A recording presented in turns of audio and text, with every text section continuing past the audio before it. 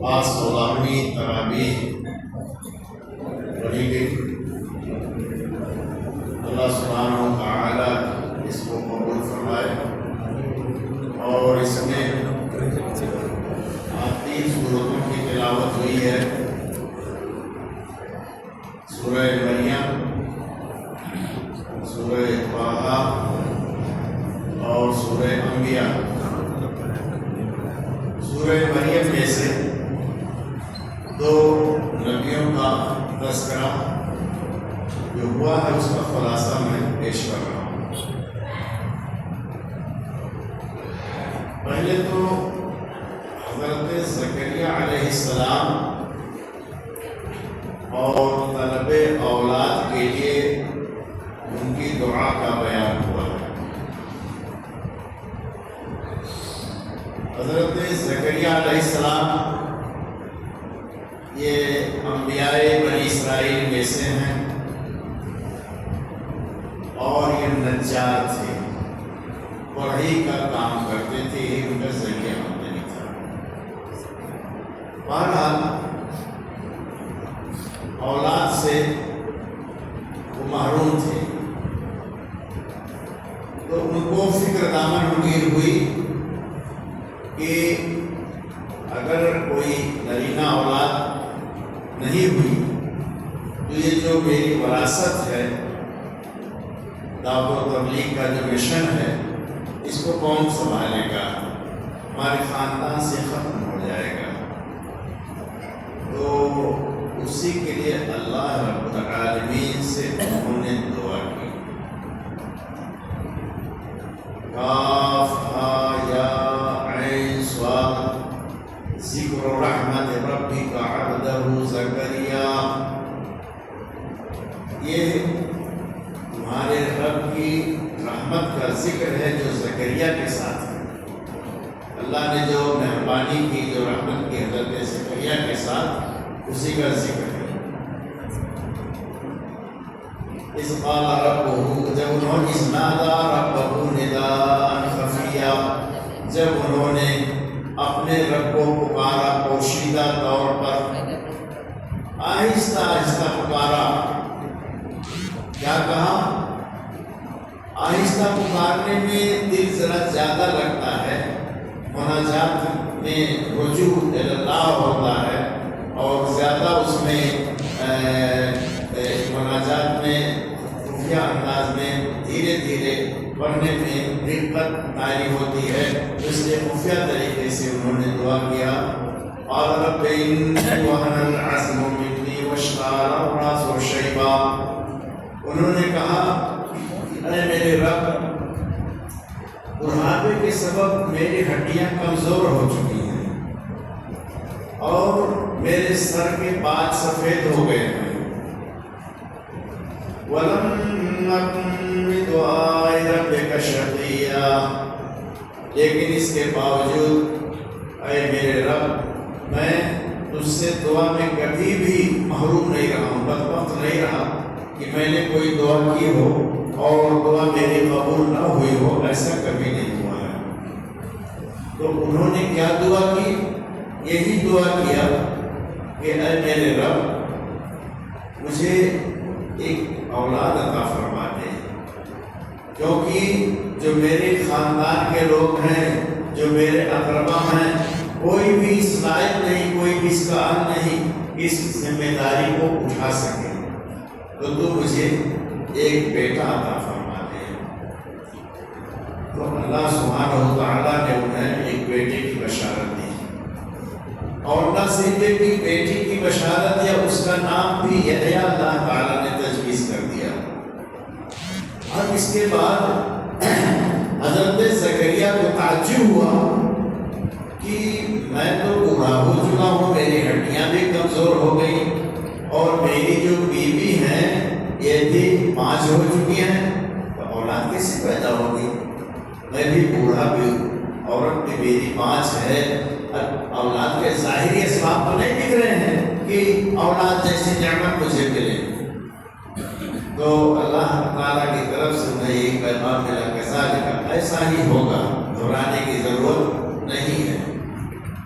اور اللہ رب العالمین نے انہیں اس کی علامت یہ بتلا دیا کہ دیکھو 3 دن تک آپ کسی سے بات نہیں کر سکو گے۔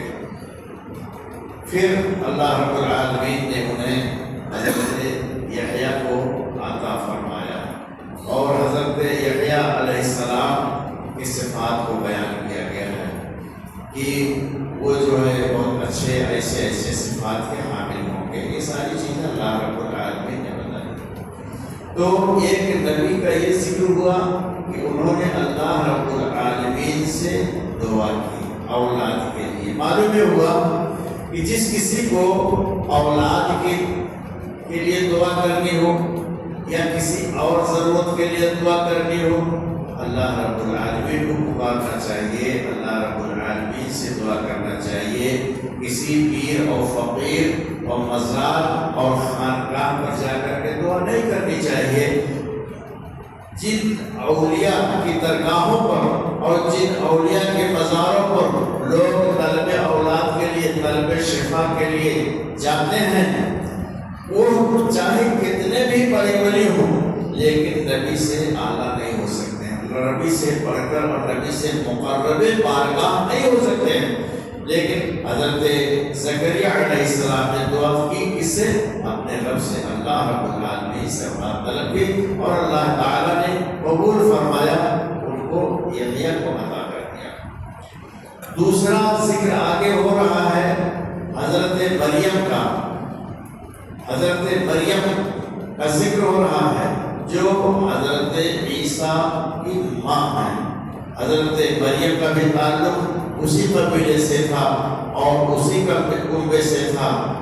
بہت ہی نیک تھی، بہت عابدہ تھی، بہت زاہدہ تھی، بہت پاکیزہ تھی، اور ان کی والدہ نے یہ منت مان رکھی تھی کہ کوئی اولاد اگر ہوگی تو میں اس کو بیت المقدس کی خدمت کے لیے وقف کر دوں گی، لیکن نرینہ اولاد کے بجائے ان کو جو ہے بیٹی ملی۔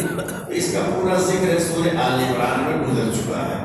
بہرحال انہوں نے صرف اور صرف اللہ کی عبادت کے لیے فانتبذت من اہلها مکانا شرقیا، اپنے اہل و عیال سے جدا ہو کر کے، خاندان کے لوگوں سے جدا ہو کر کے مشرقی علاقے میں چلی گئی، تنہائی میں چلی گئی، تاکہ تنہائی میں آ کر کے خوب جم کر کے ڈٹ کر کے اللہ کی عبادت کریں۔ اب دیکھیے اللہ سبحانہ و تعالیٰ کی قدرت کاملہ دیکھیے کہ وہاں پر حضرت جبریل علیہ السلام پہنچے، بشر سویہ، پورے انسان کی شکل میں حضرت جبریل اللہ کے حکم سے حاضر ہوئے۔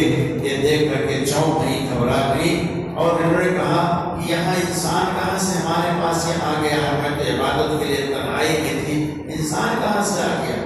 حضرت جبریل علیہ السلام نے کہا میں بشارت لے کر آیا ہوں، اللہ سبحانہ و تعالیٰ تمہیں لڑکا عطا کرنے والا ہے۔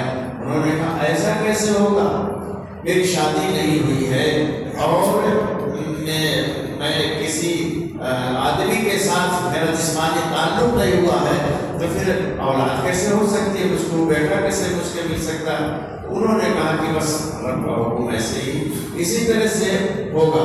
چنانچہ حضرت جبریل علیہ السلام نے پھونک مارا اور ان کو حمل ٹھہر گیا، اور ان کو کہا کہ دیکھو تمہیں پریشانی کی بات نہیں ہے، یہاں نیچے اللہ نے نہر بھی جاری کر دیا ہے، اور بغیر موسم کے یہ انگور ہے، کھجور ہے، ڈالیوں کو حرکت دو، شاخوں کو ہلاؤ، تمہارے لیے اس میں سے پھل گریں گے اور اس کو آرام سے کھاؤ۔ چنانچہ وقت پورا ہو گیا، اور جب درد ذہن کو شروع ہوا، پریشان ہوئی، بچہ پیدا ہو گیا۔ اب وہ اس قدر حیران ہوئی کہ اب میں کیا کہوں، شادی نہیں ہوئی ہے، شوہر بھی نہیں ہے، بچہ پیدا ہو گیا۔ کہنے لگی کہ ان تو نصیب منسیہ، کاش کہ اس سے پہلے میں مر گئی ہوتی، جن تو قبل حاضر بکن تو نصیب منسیہ، اور میرا ذکر ہی نہ ہوتا، کوئی مجھے دنیا میں جانتا ہی نہیں کہ مریم نام کی بھی کوئی عورت تھی، کوئی لڑکی تھی۔ بہرحال ان کو لے کر کے اپنے قبیلے کے پاس آئی تو لوگوں کو حیرانی ہوئی، بہت حیرانی ہوئی، بہت اعتراض ہوا کہ تم تو عابدہ، زاہدہ اور پارسا تھی، تمہاری شادی بھی نہیں ہوئی، تمہارے پاس شوہر بھی نہیں، یہ لڑکا کہاں سے پیدا ہو گیا؟ اسی لیے وہ پریشان تھی، اسی لیے وہ کہہ رہی تھی کہ میں مر گئی ہوتی اس سے پہلے اور نصیحت منسیہ ہو گئی ہوتی۔ تب انہوں نے کہا کہ کسی بچے سے پوچھو۔ حضرت عیسیٰ ابن مریم ابھی گود میں ہے، بھی شیرخوار بچے ہیں، پیدا ہوئے ہیں۔ اس پر بھی لوگوں نے کہا کہ یہ بچہ تو بھی شیرخوار ہے، اس سے میں کیسے پوچھوں، کیسے بات کروں؟ تو حضرت عیسیٰ علیہ السلام نے انہیں جواب دیا کہ میں اللہ کا نبی بنایا گیا ہوں، میں اللہ کا نبی ہوں، بس بڑے میں بات کیا۔ 3 لوگوں کے متعلق احادیث سے معلوم ہوتا ہے کہ شیرخواری کے عالم میں انہوں نے بات کی ہے۔ ایک تو حضرت عیسیٰ ابن مریم، اور دوسرے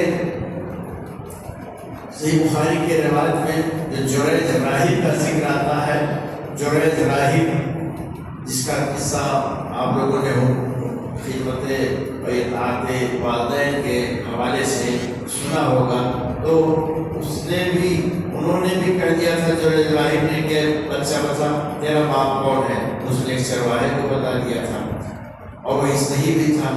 تو یہ 2 باتیں بچپنے میں لوگوں نے کلام کیا، بات کیا۔ اور ایک تو اس کو حضرت یوسف علیہ السلام کے ذکر میں آتا ہے، وہ کسی حدیث سے ثابت تو نہیں ہے، لیکن تفسیری روایات میں آتا ہے کہ وہ کہنے والا بچہ ہی تھا جس نے فیصلہ دیا تھا اور کہا تھا کہ یہ معلوم کرو، دیکھ لو کہ کپڑا آگے سے پھٹا کے گزر باہر۔ تو اس طرح سے حضرت عیسیٰ بن مریم نے جواب دیا، اور حضرت عیسیٰ بن مریم کے متعلق جو شکوک تھے، جو شبہات تھے، قرآن کریم نے صاف کر دیا۔ 2 باتیں عرض کرنی ہیں۔ پہلی بات تو یہ کہ دونوں واقعات کو ذکر کر کے اللہ سبحانہ و تعالیٰ کی قدرت کاملہ، اس قدر اس کی قدرت وسیع ہے، اس محدود ہے، بے پناہ ہے کہ جس کو ہم سوچ بھی نہیں سکتے۔ دیکھیے اللہ رب العالمین نے حضرت آدم کو بغیر ماں باپ کے پیدا کیا، حضرت حوا کو مرد کے ذریعے پیدا کیا، حضرت عیسیٰ ابن مریم کو ماں کے ذریعے صرف عورت کے ذریعے پیدا کیا، بغیر باپ کے پیدا کر دیا۔ اور عام لوگوں کے اندر توالد و تواصل کا جو سلسلہ چل رہا ہے وہ مرد اور عورت کے ذریعے چل رہا ہے۔ یہ 4 شکلیں ہو جاتی ہیں جو قرآن کے روح سے، حدیث کی روح سے ظاہر ہو رہی ہیں۔ یہ 4 شکلیں ہیں توالد و تواصل۔ اللہ رب العالمین کی قدرت دیکھیے کہ جب اللہ نے بغیر ماں باپ کے حضرت آدم کو پیدا کر دیا اور بغیر باپ کے حضرت عیسیٰ کو پیدا کر دیا، اور بغیر عورت کے حضرت حوا کو مرد کے ذریعے پیدا کر دیا، اس کی قدرت کتنی وسیع ہے، کتنی کامل ہے، کتنی زیادہ ہے کہ جو چاہے اس کی قدرت سے کوئی چیز مانے، جب چاہے جو چاہے اللہ رب العالمین کر سکتا ہے۔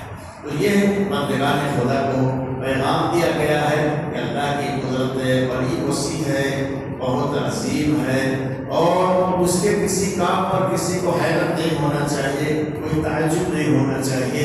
اور جو نظام کائنات چل رہا ہے یہ بھی اللہ رب العالمین ہی کا بنایا ہوا ہے، یہ کسی انسان کا بنایا ہوا نہیں ہے۔ لیکن کبھی کبھی اللہ رب العالمین جو خرق عادت ہے اس کو دکھا دیتا ہے، انبیاء کے ذریعے معجزات کو دکھا دیتا ہے، اولیاء کے ذریعے سے کرشموں کو دکھا دیتا ہے، کرامات کو دکھا دیتا ہے۔ تو عام حالات سے کبھی ہٹ کر کے اللہ سبحانہ و تعالیٰ ان سب چیزوں کو دکھا دیتا ہے، یہ اس کی قدرت کاملہ ہے۔